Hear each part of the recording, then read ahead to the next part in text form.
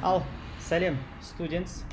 Қарсыдермен біз өзімнің практикумнан алынған жалпы алдыңғы жылғы апелляцияға берілген есепті сіздерге көрсететін боламын. Мұқият тыңдаңыздар, жақсылап үйреніп алыңыздар. И бұндай қателікті сіздер ұбт-да жіберіп алмаңыздар. Окей, кеттік. Бұл есеп апелляцияға берілген менің оқушымнан не себепті соған тоқталайық. Өте көп оқушы бұл есепті қате жауаптарын белгілейді. Дұрыс шығарудың өзі оңай емес негізінде. И то бұның жауабын табудың өзі тағы да сәл миды ашты. Не үшін екенін қазір байқайтын боласыздар. Кеттік. Тұрақты көлемдегі, яғни v тең const деген сөз. Бұл сөздің барлығы есепке влиять етеді. v тең const это означает процесс у нас изохора деген процесс көрсетеді достар. Изохора процесс кезде жұмыс нөлге тең болады. Осы нәрсенің барлығын жатқа білу керек. Так, тұрақты көлемдегі 1 моль, зат мөлшері 1 мольға тең дейді. Түсінікті.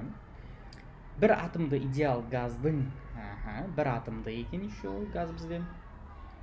Бір атомды газ. Мына сөздің барлығы влиять етеді. Газдың қысымы 3 есе кемісе, қараңыздар. Ключевой нәрсе осы достар. Қысымы бастапқы қысымға қарағанда 3 есе кемісе дегенді осылай жазасыздар. 3 есе кемісе. P0 бөлінген 3. Газға берілетін жылу мөлшері, газға берілген жылу мөлшері 4155 джоульға тең дейді. И вот сұрақ осы жерде өте подозрительный сұрақ қойылған. Температураның өзгерісі неге тең? Достар, есеп температураның өзгерісі неге тең? Яғни есепте ключевой сөз, ключевой нәрсе көп мына есепте.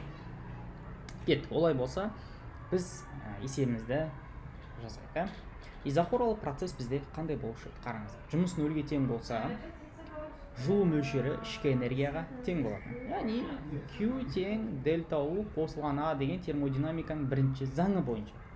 Бізде жұмыс жоқ деген сөз. Яғни Q тең дельта U. Ал енді бір атомды газ деп тұр. Ал бір атомды газ кезде ішкі энергия не деп ашылушы еді? Q тең дельта U тең. Бір атомды кезде әрине ол 2-ден 3 болады. Форма бізде nu r дельта T достар. Nu r дельта T. Есеп осылай. Жақсы. Енді еще бізде ключевой нәрсе мынау затта тұр. Бұны да біздің есепте не істеу керек? Әрине бұны да біздің есепте қолдану керек достар. Бұны да қолдану керек. 3 есе кемісе деген нәрсенің де бізде ойнайтын рөлі бар. Бірақ оны қалай ойнатамыз енді? Біздің есепте ол қалай керек? Бұл нәрсе былай деген сөз достар.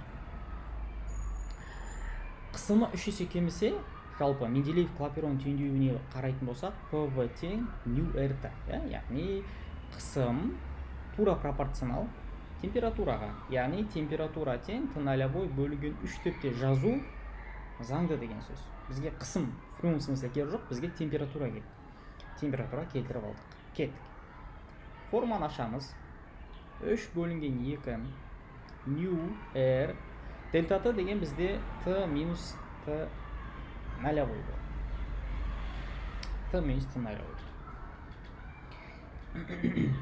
И аламыздан қараңыздар, мына жерде T тең T0 бөлінген 3 деп тұрған затта не істеп алуымыз керек біз? Мынаның орнына қоюымыз керек деген сөз. T0 бөлінген 3 деп мына бір сторонаға бұл зат қойылуы керек достар. Енді бізге не керек, не керек жоқ алып тастайық. Ортақ бөлімнаған бер жереміз 3-тен. Сол кезде не болады? Қараңыздар. Q-дің орнына мен автоматты түрде 4155-ті қоямын. Тең 3 бөлінген 2. Зат мөлшері 1-ге тең. R 8-де 31-ге тең. Көбейтілген, қараңыздар. Мынаған 3-тен бердік. Ада 1 бар. Азайтатын болсақ 2 бөлінген 3 T0 болады. Көрдіңіздер ме? И алдында минусы бар, әрине, минусы бар. Так, минусты мына сторона қоя берейік.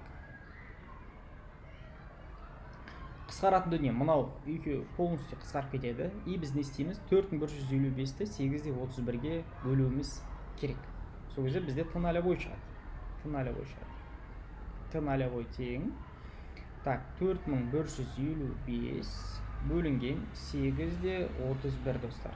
Тең, алдында минусын ескереміз. 4155 бөлінген 8-31. Бұл бізде қанша болады екен? Так, олай есептей салайын мен.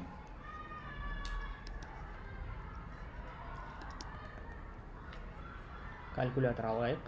Так, 4155-ті бөлеміз достар 8-31-ге. Тең 500 дейді, қараңыздар. Ровно 500 деген сан шықты бізде. Минус 500 деп қояды. Минус 500 Кельвин. Кельвин. Есепте жалпы үлкен т-мен жұмыс жасап жатыр. Сол үшін Кельвинді алуымызға тура келеді. Так, бізде есеп әлі біткен жоқ. Бұл бізде бастапқы температура. Ал бізде ол не істеп еді? Қараңыздар, бастапқы температурасы 500 Кельвин. Бізге соңғы температурасын табу керек. Ал соңғы температура сол бастапқы температурадан 3 есе кем етін. 3 есе кем етін. Значит, 500-ді 3-ке бөлеміз. Так, 500-ді 3-ке бөлетін болсақ, шатаспасам, 167 болу керек. 167 болу керек. 167 Кельвин болу қажет. Сонда дельтаты бізде не болып тұр, достар? Сонда дельтаты бізде тең болып тұр. 500 Кельвиннан азайтамыз 167-ні. Тең болады бізде 333 Кельвин болады деген сөз. 333 Кельвин деген бізде қай жауапта тұр, достар? Қараңыздар. Ол бізде F жауабында тұр. 333 Кельвин. Мыналардың алдарында минус бар деп түсінген күннің өзінде ол по-любому өзгерісі 333 Кельвинге тең болады. Минус 500-ден минус 167 деген ол по-любому өзгерісі 333 болады. Қалай алып қарасақ та. Енді қараңыздар. Бұл жерде сәл бір нәрсені түсінбеген бала жалпы мына жауапты да белгілеп қояды. С деген вариант тұр. Өте опасный вариант тұр. Не үшін? Себебі бұған ол 273-ті қосатын адам. То есть градус Цельсия ғой, 273-ті қосса 333 шығып тұр. И ол разумно оған. И ол белгілейді осы жауапты. Бірақ бұл жауапты, достар, белгілеуге болмайды. Нағыз ұбытуда осы екеуін белгілейтін болсаңыз, өкінішке орай балыңыздан айырылып қаласыз. Тек қана 333 Кельвинді белгілейсіз, және де осы есеп үшін 2 балыңызды аласыз. Достар, мына бір нәрсені ұмытпаңыздар.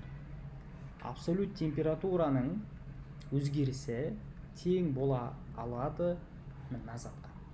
То есть 333 Кельвин деген жауаптың жәнде 333 градус Цельсий деген вариантта тұруы керек еді. 60 емес, 60 кірмейді. И басқа 333 градус Цельсий деген вариант жоқ, достар. Тұрса соны белгілейсіздер.